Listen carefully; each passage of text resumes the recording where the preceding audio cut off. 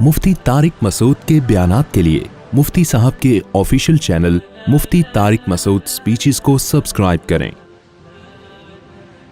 अभी एक मौलवी साहब का बयान आया, उन्होंने कोई गलत मसला बताया कि किस्तों का कारोबार इस्लाम में हराम है। तो किसी ने पीछे से कान में बताया कि इब्न तैमिया ने लिखा है कि किस्तों के कारोबार पे तो इजमा है कि किस्तों के कारोबार में कीमत हमेशा इसके तो जायज़ होने पर क्या है, इजमा। तो उन्होंने फरमाया कुरान और सुन्नत के खिलाफ इजमा मोतबर नहीं है। लतीफ़ा है, जितना हंसो उतना कम। ओ भाई साहब, इजमा हुज्जत होने का मतलब ये होता है कि कुरान और सुन्नत के खिलाफ बात पे इजमा हो ही नहीं सकता, उम्मत गुमराही पे जमा हो ही नहीं सकती, लिहाजा इजमा हुज्जत है। अगर कुरान और हदीस उसके खिलाफ है तो वो है नहीं, आपको लग रहा है। तो इजमा हुज्जत होने का मतलब ही यही है कि जब इजमा आ जाएगा तो अब किसी दलील की हमें जरूरत नहीं है। फिर अगर आपको कुरान और हदीस उसके खिलाफ है तो है नहीं, आपकी सोच है कि आपको लग रहा है, इसलिए इजमा हुज्जत है, चाहे कुरान और हदीस के सूरतन खिलाफ हो या खिलाफ ना हो। हकीकत में तो खिलाफ हो ही नहीं सकता। तो मैं ये कर रहा था, बात हमने शुरू की थी इलेक्शन से कि आएगा भाई आएगा, कोई ना कोई तो आएगा। तो मैं यहां तक आपको समझाना चाह रहा था कि देखो, जो चीज अपने इख्तियार में नहीं है उस पर कभी भी टेंशन नहीं लेनी चाहिए।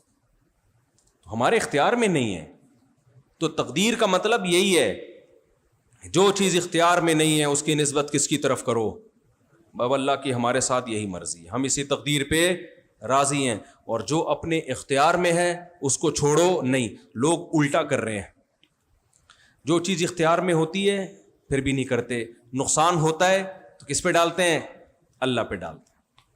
आपके इख्तियार में था, आप सेहत बना सकते थे, डॉक्टर ने कहा कि आपका जो कोलेस्ट्रॉल है इतना बढ़ चुका है कि आप घी का डब्बा बन चुके हैं, थोड़े दिनों में अगर आपने ये नली निहारी, मगज़ निहारी और लड्डू और मिठाइयाँ नहीं छोड़ी तो आप एक धमाके के साथ बोलो फट जाएंगे।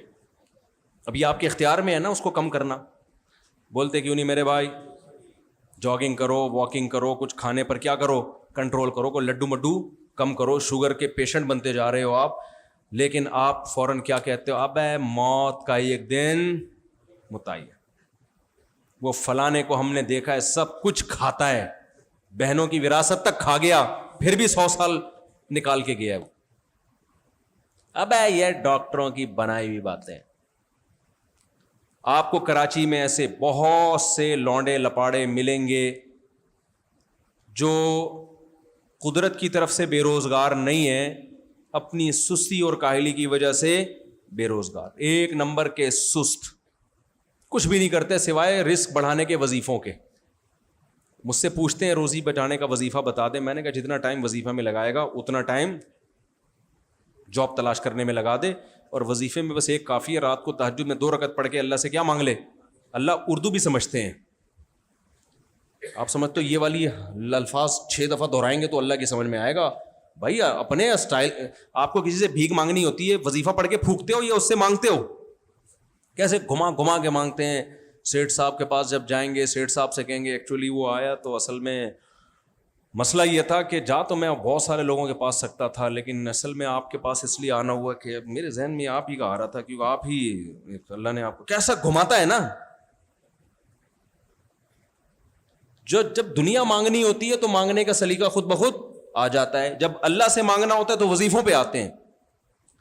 तो अल्लाह को सबसे ज्यादा जो अमल पसंद है ना, वो अपने आप से मांगना, कि कोई अल्लाह से मांगे।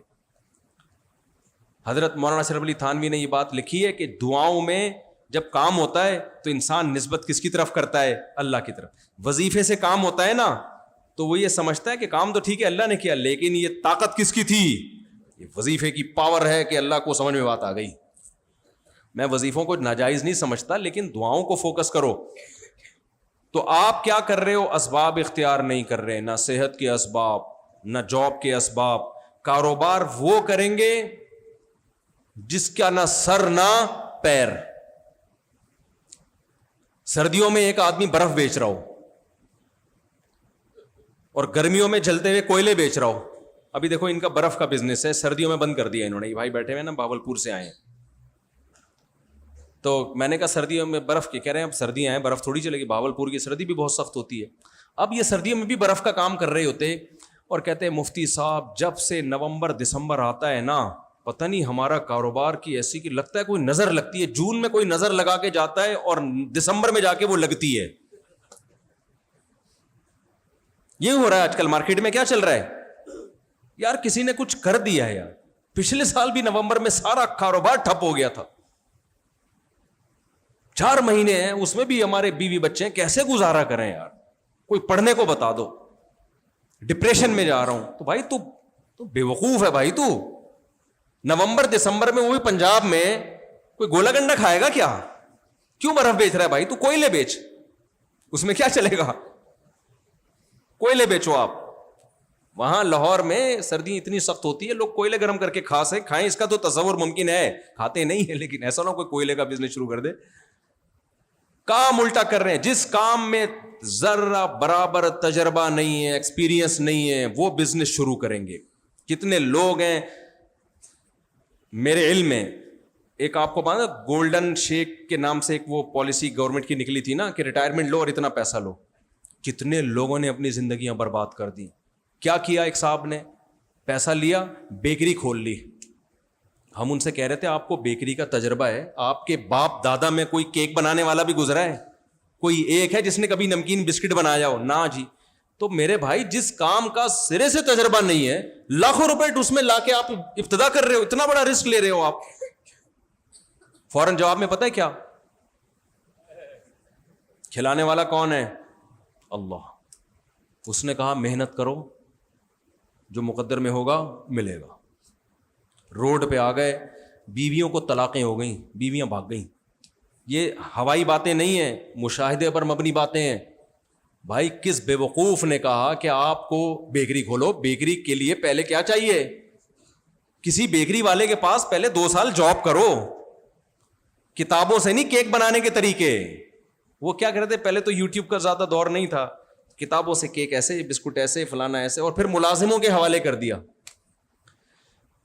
یہ تو حماقت در حماقت ہو گئی کہ نہیں ہو گئی؟ تو اس طرح کے ہمارے ہاں حرکتیں ہو رہی ہوتی ہیں، اور پھر نظر کس پہ رکھتے ہیں؟ اللہ پہ. آپ نبی صلی اللہ علیہ وسلم کی زندگی دیکھو، کیسے ہر چیز کے سوٹیبل اسباب اختیار کیے ہیں. کیسے اسباب؟ ہم پتہ ہے کیا کرتے ہیں؟ ایک بہت اہم بات، ہم نبی کی زندگی کی وہ سیرت دیکھتے ہیں، سیرت کا وہ پہلو دیکھتے ہیں جس کا معجزوں سے تعلق ہے. جس کا کس سے تعلق ہے؟ معجزے. آسمان سے فرشتے، یہ کیا ہے؟ معجزہ.